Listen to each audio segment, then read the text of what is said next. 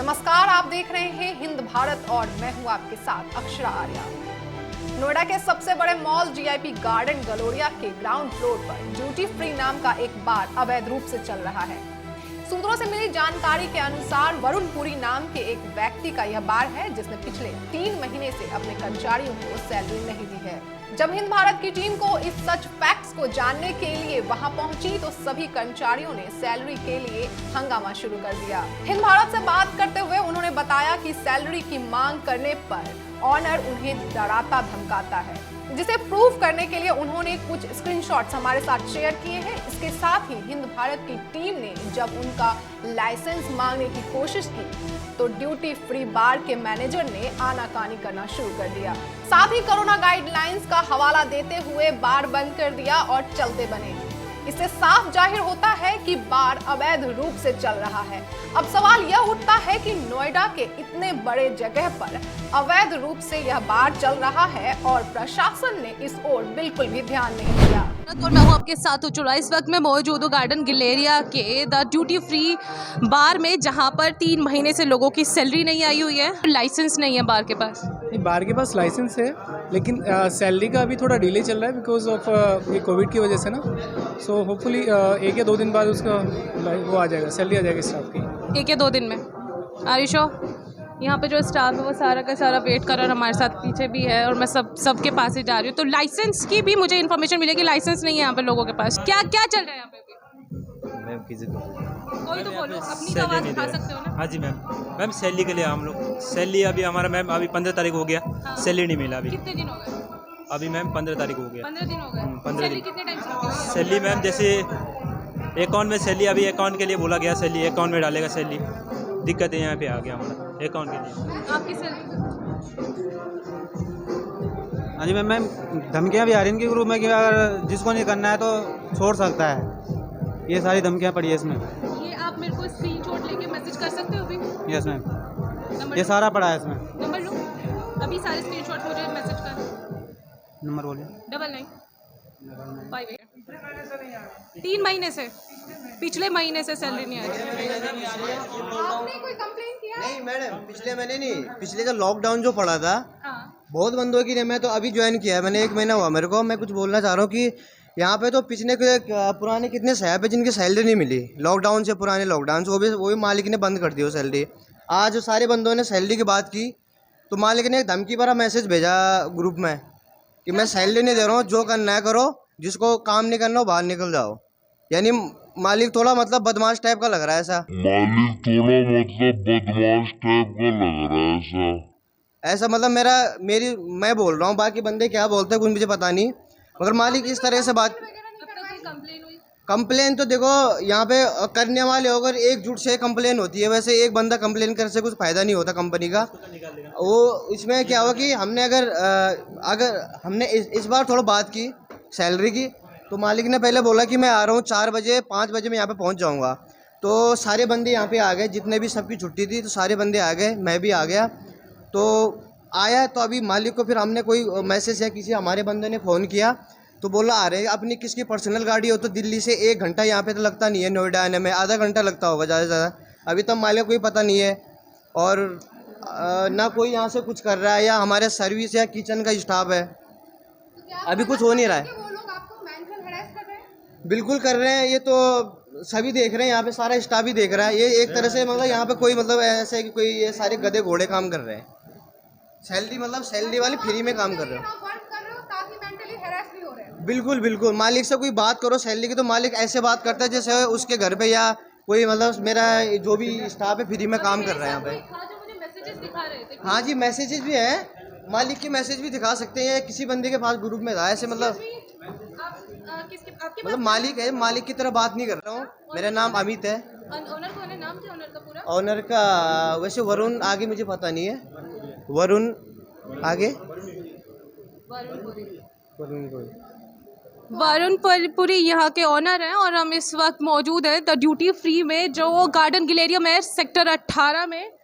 और मैसेजेस भी कर रहे हैं वो साथ के साथ, डरा रहे धमका रहे, सैलरी ना देने की वजह से। मैं आपको दिखाती हूँ, जब लोगों ने सैलरी मांगी, जब लोगों ने कहा कि अब हमें सैलरी चाहिए, क्योंकि कोविड के टाइम पे हर किसी को दिक्कतों का सामना करना पड़ रहा है। ये लास्ट ईयर की प्रॉब्लम नहीं है, पिछले 1 साल से सभी को एक प्रॉब्लम जो है फेस करनी पड़ रही है। ऐसे में जब लोग पैसे मांगने के लिए जा रहे हैं तो सामने वाला उन्हें ये बोल रहा है कि डरा के धमका के और सैलरी जो ना नहीं आ रही। उसके बाद एक और इन्फॉर्मेशन इस बार के बारे में ये है कि इनके पास जो है ड्रिंक का लाइसेंस नहीं है। वेल, हम चेक करने वाले हैं, भारत की टीम यहाँ पर है चेक करने के लिए कि क्या वाकई में इस खबर में कितनी सच्चाई है। फिलहाल मेरी मैनेजर से बात हो चुकी है और उन्होंने कहा है कि वो लाइसेंस दिखा रहे हैं, लेकिन अगर लाइसेंस नहीं दिखाते हैं तो एक तरीके से ये भी जो इलीगल यहाँ पर बार चल रहा है, बिना लाइसेंस के बार चल रहा है। बहुत बड़ी बात है कि ऐसी जगह पे नोएडा सेक्टर 27-18 का जो एक ये जगह है, यहाँ पे लोगों का हुजूम आता है।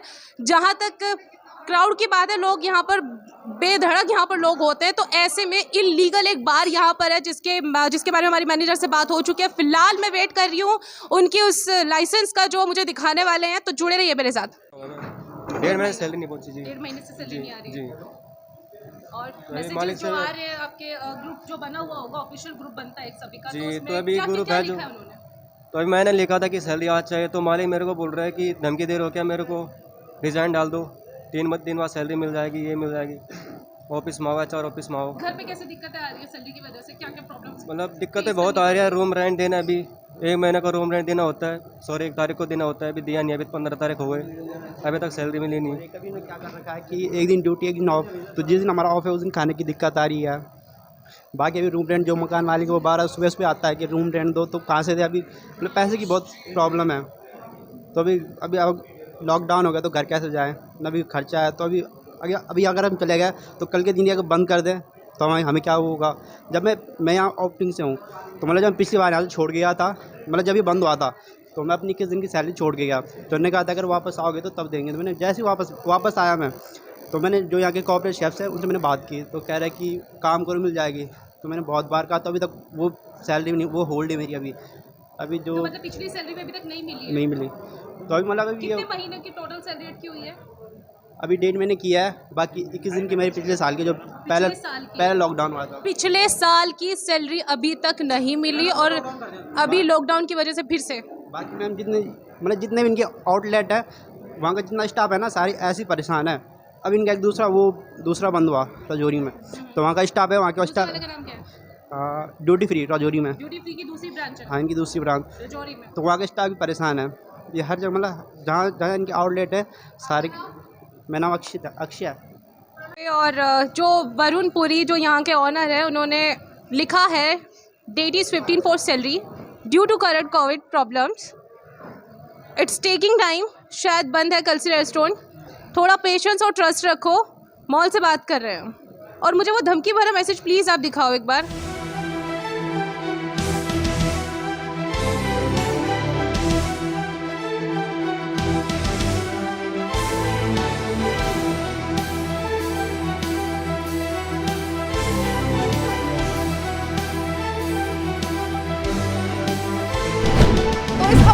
जानकारी के लिए हमारे संवाददाता उज्जवल हमारे साथ जुड़ रही हैं। जी उज्जवल, आपको हमारी आवाज आ रही है? जी मैं सुन पा रही हूँ आपको। जी उज्जवल, बताइए कि क्या था पूरा मामला? एक्चुअल में क्या हुआ था कि ये जो गार्डन गैलेरिया है ये जीआईपी के बिल्कुल पास में ही है। जीआईपी बहुत बड़ा मॉल है नोएडा का, और वहाँ पर ये खबर आई थी कि एक तो कर्मचारियों को सैलरी नहीं मिल रही है और कोरोना की वजह से वो लोग थोड़ी सी और आनाकानी कर रहे हैं, मतलब दे नहीं रही है सैलरी। तो काफी ज्यादा परेशान वहाँ का स्टाफ था। इसके बीच जब हम वहाँ पर पहुंचे तो वहाँ पर ये भी था कि जब लाइसेंस की डिमांड भारत की टीम ने की तो मैनेजर जो है आनाकानी करने लगा। मैंने पूछा उससे कि लाइसेंस दिखाओ, तो थोड़ा सा सहम गया वो। उसने लाइसेंस के लिए जब कहा कि अभी रुक जाओ, अभी हम शो कर रहे हैं, तो उसके बाद लाइसेंस के नाम पर। जी उज्जवल, लाइसेंस को लेकर क्या कह रहे थे वो लोग, उनका क्या रिएक्शन था? लाइसेंस के लिए आपने किससे बात की थी? जब मेरी मैनेजर से बात हुई लाइसेंस के लिए, तो मैनेजर की चेहरे की हवाई बिल्कुल उड़ चुकी थी। जी। और उसने ये कहा कि ऑनर आने वाले हैं। कभी वो बोल रहे थे ऑनर अभी नहीं आएंगे, लाइसेंस है हमारे पास। फिर उन्होंने एक बात ये भी बोली कि हमें डेली लाइसेंस अलॉट होता है। देखिए, आबकारी जो विभाग है, अगर वहाँ से भी आप जानकारी प्राप्त करेंगे तो आपको पता चलेगा कि जो लिक्वर लाइसेंस होता है वो उसकी वैलिडिटी 1 साल की होती है या फिर 5 साल की होती है। और अगर ऐसी वैलिडिटी थी मार्च को खत्म हो गई होगी और वो दोबारा से रिन्यूअल के लिए है, यानी कुल मिलाकर उनके पास बार का लाइसेंस नहीं है।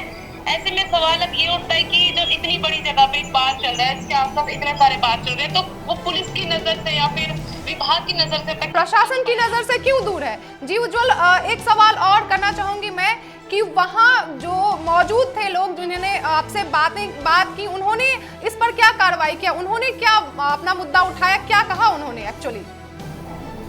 देखिए, जो इन्फॉर्मेशन वहाँ से मिली है उसके हिसाब से उन्होंने ये कहा कि इनकी अलग अलग ब्रांचेस हैं, मतलब इनकी और भी जगहों पे है ये जो बार चल रहा है, लेकिन वो सब बंद हो चुके हैं। तो फिलहाल बस ये नोएडा में ही चल रहा है, बहुत बड़ा बार है जो हमारे पास फुटेज भी आप अभी स्क्रीन पर देख पाएंगे।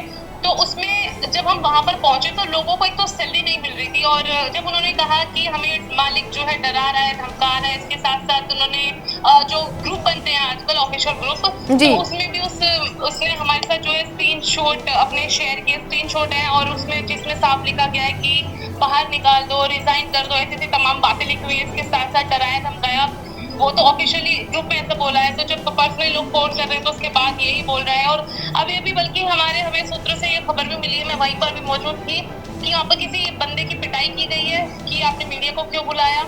जी उज्जवल, एक सवाल और है। जी उज्जवल, एक सवाल और करना चाहूंगी कि क्या वहाँ मौजूद कर्मचारी किसी ने भी प्रशासन से मदद लेने की जरूरत नहीं समझी?